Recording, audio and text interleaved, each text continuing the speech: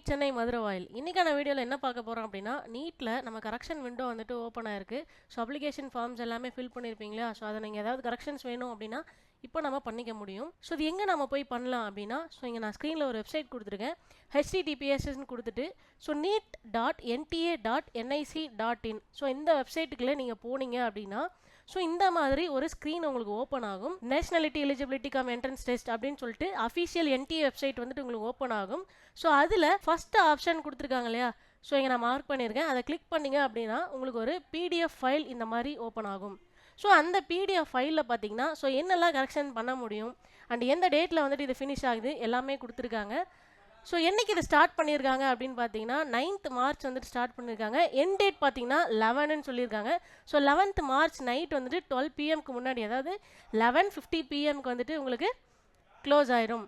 So அதுக்கு முன்னாடி நீங்கள் சேஞ்சஸ் பண்ணுறதா இருந்தால் பண்ணிக்கலாம். ஸோ என்னெல்லாம் கரெக்ஷன் பண்ணிக்கலாம்? ஃபர்ஸ்ட் ஆப்ஷனில் என்ன கொடுத்துருக்காங்க அப்படின்னா, இதில் வந்து எய்தர் ஆர் ஒன், ஏதாவது ஒன்று மட்டும் தான் சேஞ்ச் பண்ண முடியும். என்ன அப்படின்னா, ஃபாதர் நேம் அவரோட occupation or qualification or mother name occupation or qualification.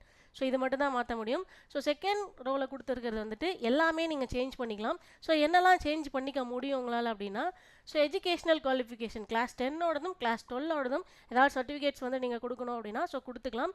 Next வந்துட்டு state of eligibility and category certificates and sub category. Next signature ஏதாவது நீங்கள் வந்துட்டு ப்ளூவில் கொடுத்துருக்கீங்க அப்படின்னா அதை கரெக்டாக வந்துட்டு பிளாக்ல கொடுத்து நீங்கள் வந்துட்டு அப்லோட் பண்ணிக்க முடியும். And number of attempts in NEET, எத்தனை நீட் வந்து நீங்கள் வந்து அட்டன் பண்ணியிருக்கீங்க அப்படின்றதும் சொல்லிட்டு நீங்கள் அப்டேட் பண்ணிக்க முடியும். ஸோ தேர்ட் ரோவில் பார்த்தீங்கன்னா என்ன கொடுத்துருக்காங்க அப்படின்னா, ஸோ பெர்மனன்ட் அட்ரஸை பேஸ் பண்ணி நீங்கள் வந்துட்டு சிட்டி செலெக்ஷனை வந்துட்டு நீங்கள் கொடுத்துக்கலாம். ஸோ நீங்கள் உங்கள் இஷ்டத்துக்கு கொடுக்க முடியாது. ஸோ பெர்மனன்ட் அட்ரஸை பேஸ் பண்ணி நீங்கள் சிட்டி செலெக்ஷன் கொடுத்துக்கலாம். ஸோ நீங்கள் எந்த ஏரியாவை அட்ரஸாக கொடுத்துருக்கீங்களோ அதை சுற்றின இருக்கிற சிட்டி செலெக்ஷனை மட்டும் நீங்கள் பண்ணிக்கலாம். ஸோ நெக்ஸ்ட் வந்துட்டு மீடியம் ஆஃப் த எக்ஸாமினேஷன்.